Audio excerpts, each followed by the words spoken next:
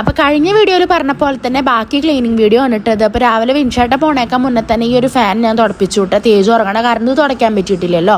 അങ്ങനെ വിൻഷേട്ടൻ പോയതിന് ശേഷമാണ് ഞാൻ പിന്നെ ഈ റൂം മാറാലടിക്കലും കാര്യങ്ങളൊക്കെ തുടങ്ങിയത്. എല്ലാ പ്രാവശ്യം ഞാൻ പറയാറുണ്ട് നല്ല പൊടി ഉണ്ടാവാറുണ്ട് എന്ന്. പക്ഷെ ഇപ്രാവശ്യം അത്രയ്ക്ക് പൊടി ഉണ്ടായിരുന്നില്ല കേട്ടോ. വേറെ ഒന്നും കൊണ്ടല്ല, നമ്മൾ കഴിഞ്ഞ പ്രാവശ്യമല്ലേ ബെഡ്ഷീറ്റ് മാറ്റുമ്പോൾ ഈ റൂം ഒരു വട്ടം ക്ലീൻ ആക്കിയതായിരുന്നില്ല. അതുകൊണ്ട് തോന്നുന്നു അത്ര രീതിക്ക് പൊടിയില്ല. പക്ഷേ ഇത് എൻ്റെ ഈ ഒരു മേക്കപ്പ് ചെയ്യണ ഈ ഒരു സ്ഥലം മാത്രം എനിക്ക് കുറച്ചധികം ക്ലീൻ ആക്കാണ്ടായിരുന്നു.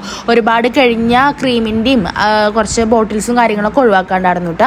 പിന്നെ ജനലൊക്കെ അതേ ഒരു തുണി വെച്ച് നന്നായി തുടച്ചെടുക്കുന്നുണ്ട് കേട്ടോ. ഈ ഒരു ലവ് എന്നുള്ള സംഭവം ക്ലീൻ ആക്കുമ്പോൾ സൂക്ഷിച്ച് ക്ലീൻ ആക്കണം. കാരണം അത് നന്നായി അമർത്തി ചിലപ്പോൾ പൊട്ടും. അപ്പം ഞാൻ പതുക്കെ അത് തുടയ്ക്കുന്നുണ്ട്. പിന്നെ നമ്മുടെ ഹാങ്ങിങ് ലൈറ്റും കാര്യങ്ങളൊക്കെ ഒന്ന് തുടയ്ക്കുന്നുണ്ട് കേട്ടോ. പിന്നെ ഈ ഒരു മിറർ എന്തായാലും ക്ലീൻ ആക്കണം. കാരണം അടിഭാഗത്തായിട്ട് നന്നായി തേജ് തോണ്ടിയിട്ട് ഓരോ പാടുകൾ എന്നും ഉണ്ടാവും. അപ്പോൾ ഞാനത് ഡെയിലി അടിഭാഗം ഒന്ന് ക്ലീൻ ആക്കാറുണ്ട് കേട്ടോ. ഞാൻ കൂടുതലും പ്രാവശ്യം തുടച്ചെടുക്കുക കേട്ടോ ചെയ്തത് ഒരു തുണി വെച്ചിട്ട്. അപ്പം തുണി ഞാൻ ഇടയ്ക്കിടയ്ക്ക് വാഷ് ചെയ്യണമൊക്കെ ഉണ്ട്. അതൊന്നും ഞാൻ വീഡിയോയിൽ കൂട്ടിയിട്ടില്ല എന്നുള്ളൂ.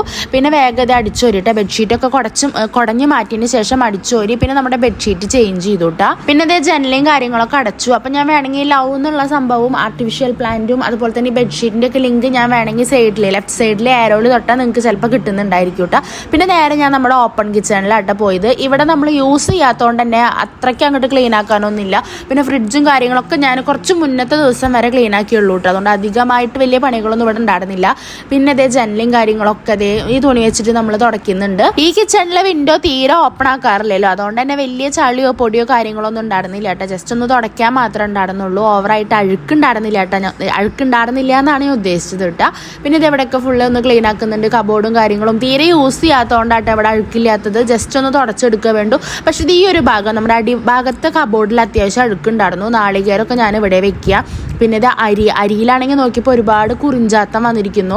യൂസ് ചെയ്യാത്ത അരി ഇട്ട നമ്മുടെ ചോപ്പ് അരി എന്നൊക്കെ പറയില്ല. അത് ഇനി വീട്ടിലേക്ക് എങ്ങാനും കൊടുത്തയക്കേണ്ടി വരും. തേജുവിന് കഴിച്ചോട്ടെ വെച്ചിട്ട് കൊടുന്ന് തന്നതായിരുന്നു. പക്ഷെ അവൻ കഴിക്കണില്ല അത്. അപ്പം അതിങ്ങനെ വെച്ചിട്ട് കുറിഞ്ചാത്തം വന്നിട്ടുണ്ട്. അപ്പം അമ്മ പറഞ്ഞിട്ടുണ്ടായിരുന്നു കുറച്ചേരം നീ വെയിലത്ത് ഇങ്ങനെ വെച്ചോന്ന്. അപ്പം ഞാനതൊക്കെ എടുത്തിട്ട് പുറത്ത് കൊണ്ടുപോയിട്ട് വെയിലത്ത് വെച്ചുട്ടോ കുറിഞ്ചാത്തുള്ള അരിയൊക്കെ. പിന്നെ ബിരിയാണി അരി ആയിരുന്നു ഇത് പിന്നെ നമ്മൾ യൂസ് ചെയ്യണ കാരണം തോന്നുന്നു അതിൽ വലിയ പ്രശ്നമൊന്നുമില്ല. അങ്ങനെ എല്ലാ കബോർഡും കാര്യങ്ങളൊക്കെ അതേ ക്ലീൻ ആക്കിയിട്ടുണ്ട്. പിന്നെ ഫ്രിഡ്ജൊക്കെ നീക്കിയിട്ട് അവിടുന്ന് ചെറിയ പൊടിയും കരടൊക്കെ ഉണ്ടായിരുന്നു. എല്ലാതും എടുത്തു. അങ്ങനെ ഇത് അടിച്ചു വാരി കോരി എടുത്തു കേട്ടോ ഞാൻ. അങ്ങനെ ഒരുവിധം ഒതുക്കിയെടുത്തതിന് ശേഷം ഇത് തുടച്ചു തുടങ്ങിയിട്ടാ. കഴിഞ്ഞാൽ പിന്നെ ഏകദേശം ഫിനിഷിംഗ് ആയി. പിന്നെ ബാക്കിലെ വർക്ക് ഏരിയയിൽ കിച്ചൺ നാളെ ഞാൻ ക്ലീൻ ആക്കുള്ളൂ കേട്ടോ. അപ്പോൾ ഇത് കുറേ പേര് പറഞ്ഞു കഴിഞ്ഞ വീഡിയോയിൽ സോഫ പഴയ പോലെ ഇട്ടാൽ മതിയെന്ന്. എനിക്കും അത് തന്നെയായിട്ട് ഇഷ്ടം. ഞാൻ വെറുതെ ഒന്ന് ചേഞ്ച് ചെയ്ത് ഇട്ട് നോക്കിയെന്നുള്ളൂ. ഞാൻ പഴയ പോലെ തന്നെ എടുത്തിട്ടിട്ടുണ്ട് കേട്ടോ. അപ്പം ഇനി വർക്ക് ഏരിയയിലെ ക്ലീനിങ് അടുത്ത വീഡിയോ ആയിട്ട് വരാം കേട്ടോ. അപ്പോൾ എന്തായാലും ബൈ.